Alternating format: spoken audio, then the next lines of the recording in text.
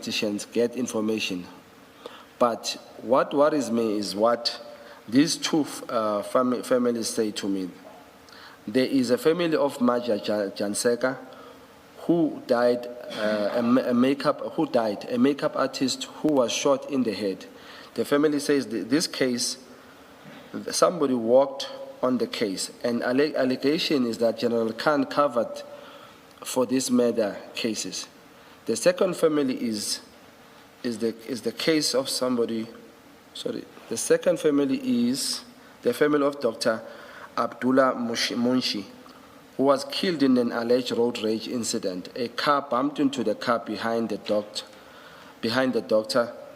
The doctor went out and he was shot. But on the street, it was said that the father of the son who went to the hospital and died had the hands on that doctor.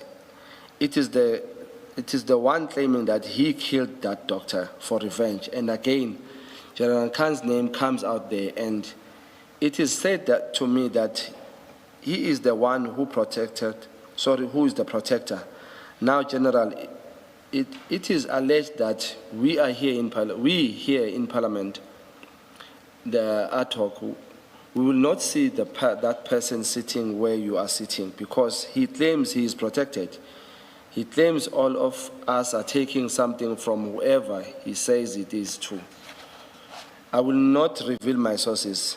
I had left that thing, but when I was in that house, that prompted me. If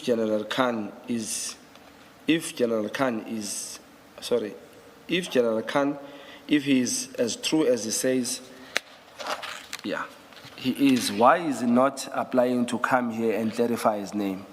But instead, he opts to call me and invite me into an office. Why now? Yeah, okay, that's good. I think you can stop there. So this is where you relate in the ad hoc committee the events that took place on the 8th of March. Just before I ask the next question, I just want to first ask you, you say in this paragraph, when you got there, you met these people who have a factory of cigarettes in Pietermaritzburg. Who are you talking about? Is that Imran and Asaf Kaji? They have a cigarette factory. It's what they told me. And that cigarette factory is in Pietermaritzburg? Yes. How they tell me that is that in one of his yappy too much, he says, your former SG, mentioning, referring to Floyd Chibambo, well, he came to the factory and we always helped him. We gave him something. Don't worry. He was referencing how we helped people. So if I agree to what they want to offer, it's one of those things that he talks too much. I recall as we move on it. So it says that, yeah, Floyd Chibambo came there, your former SG, we gave them T-shirts, don't worry, man. That was the topic. So in that sentence, that is where he says, in our factory in Pietermaritzburg. Okay. And do you know the name of the factory? No, I don't. I've never been. All right. So you talk about it then in the ad hoc committee.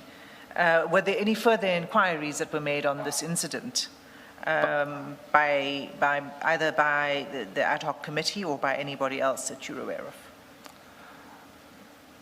Ma'am, to my understanding, I think, let me say, I'm new in Parliament, and some of the things I don't know how they operate. But the level of assistance we're supposed to get, or I think we should be getting in the ad hoc committee, is zero. Because this matter, it's only here that I'm speaking about this matter. It's only here that I'm asked formally about this matter. And taking into consideration, you see, when there was a time when I went to Hoshi Mampuru, a night before, we were questioning Kat Matlala, if I may transverse the space. A night before, I questioned Kat Matlala, which was on Wednesday. I drove out to Tembisa to see one of my pastors, Umabus Melan. When his daughter was opening the gate, I got hijacked. And my car was taken into the car at the back, and we drove off with those two people, with the daughter as well. Fast forward, the case is opened. And the case is opened as kidnapping and hijacking. Now, I asked the police, why do you specify it like that? Because it sounds in a way. Then they specified this is like this. I didn't report it.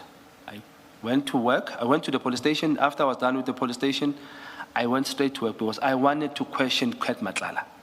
I was so interested in questioning Ket Matlala. And why was I so interested? Because I just can't find that article, but I think it was reported by Media 24 in some years.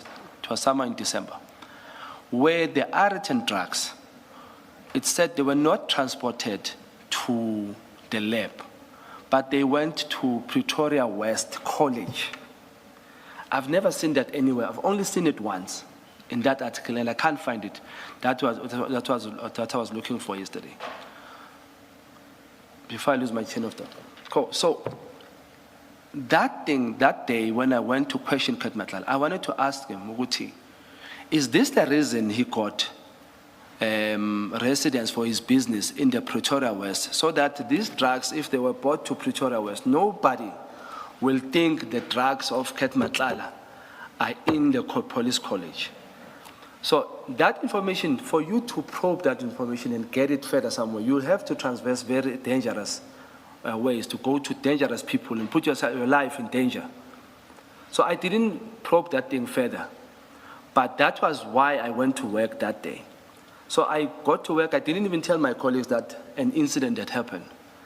I asked a certain question to Bab Matlala. Unfortunately, my 10 minutes lapsed before. I got the important information about the Metropolitan Life Company. I didn't get to the drugs issue. As I left there, I wrote a note to my chairperson that I'm leaving. There was a certain incident I will explain later. And I left because I was very emotional. Now, in the media, it was said, Shongwe asked, addressed to Ket Matlala as Hortman. When I addressed everybody, I either called them Mr. Gazelle or clan names and all that. Everybody, I respect people. But I missed that opportunity of checking whether these drugs really were in college. And if they were in college, that means the syndicate, which I call the Indian Cabal, which I'm still checking the IDEC people, would have been able to work with Ket Matlala to get the drugs stored in the police, and they can be utilized from that police vicinity. Nobody would think if there are drugs in the police college. Nobody would think to check there. So I say this because in the ad hoc, the support that we're supposed to be getting was somehow very limited. We missed a lot of things that we could have probed.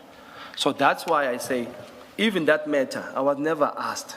I remember seeing it on TV 2 days. I didn't mention it that much, but I saw it on 2 days later. I saw it on TV. I was like, oh, now I have to rush and tell my parents quickly something happened, because while my mother was still alive and my father, I couldn't tell them that this thing has happened, because they are always worried. People are coming at auction and say, hey, umntana kuzongena engozini.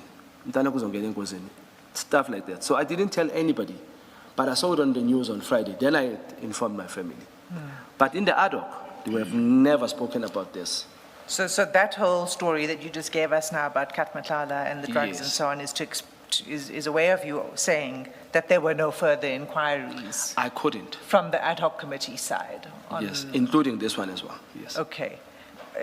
On that issue, but also on this issue? On this one, yes. You're drawing an analogy, all right. Yes. But on the 17th of March, when you explained this in the ad hoc committee, you were discussing, the person you were talking to at that point was General Masemola. He was the person who was the witness before the ad hoc Yes. committee. And he's the National Commissioner of Police. At that time, yes. Did he follow up and make any inquiries about this call that was made to you with this offer from General Khan? It's only the MadlangaCommission that has spoken to me about this matter, apart from my political party. And in my thinking, I think me mentioning it there in the ad hoc, for me it was enough. I didn't even see a need to open a case or do anything further, because that space, I think it's a protected space. We are governed by certain laws there. We are protected by certain laws. if the committee felt the need to do anything, they would have jumped on it, including protecting us. Okay. Then your statement concludes with, you refers to the timeline tracker from your vehicle, which we Yes. have. And then you conclude that they never reached out to you, meaning Mr. Never. Kaji and Mr. Imran, and then you've clarified there is a different version that's provided in Yes. Ms. Londiwe's statement. Yes, But yes. you've explained that. And that brings us to the end of your statement. Is there anything else you wish to add? You would wish you never asked that. So, do you have 6 hours? Only that's relevant to the questions that were put to you in this notice, sir. No, apart from saying I appreciate the level of the MadlangaCommission work and the fact that you guys have taken the bar. In fact, I'll admit at first when it started, the MadlangaCommission, to me, I was seeing as Zondo Commission point 2. It was not going where we wanted to. But when we, the MKP members in the ad hoc, changed the notch, people, the South African focused so much in the ad hoc until something changed here. And I myself was changed and taken into appreciation that at least this time around, there won't be a 1 billion spent on nothing. There won't be a 1 billion spent on fighting our fight as politicians. So I appreciate you guys for being fair and honest to the fight. And the South Africans are seeing that exactly as I see it. So in that note, I also appreciate that you have given me this opportunity to speak about this. I hope we work together in fighting this crime in South Africa. We wouldn't have much today had our laws been followed the way they should be. Now we have an issue where we have to accept and feel bad that we are taking foreigners away in their country, but mainly because laws were not followed. So I appreciate your work. Thank you very much. Thank you, Mr. Shongwe. Chair, I don't have any further questions for the witness. Can I put this on record before you speak, Commissioner Wuti? I'm the first person to get the commissioners not to ask the questions.